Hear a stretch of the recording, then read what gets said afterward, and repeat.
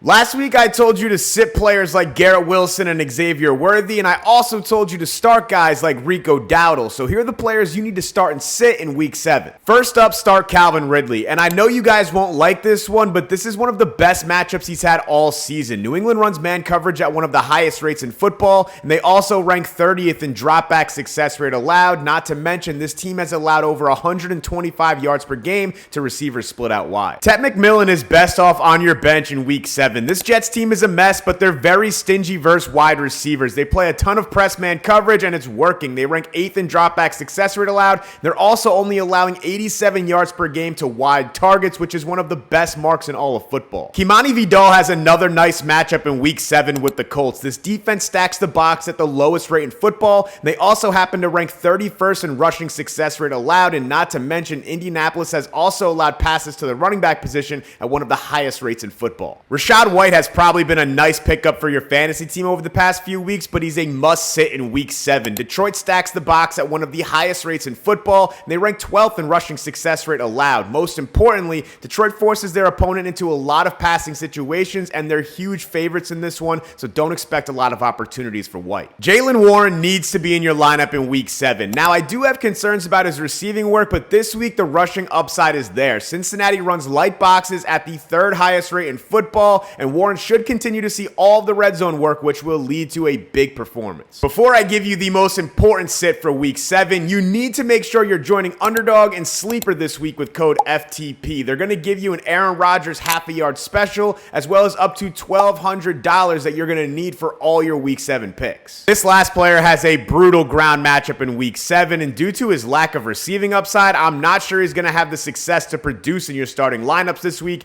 Tampa Bay's defense has been a smothering unit versus the run. It would be in your best interest to leave David Montgomery on your bench this week.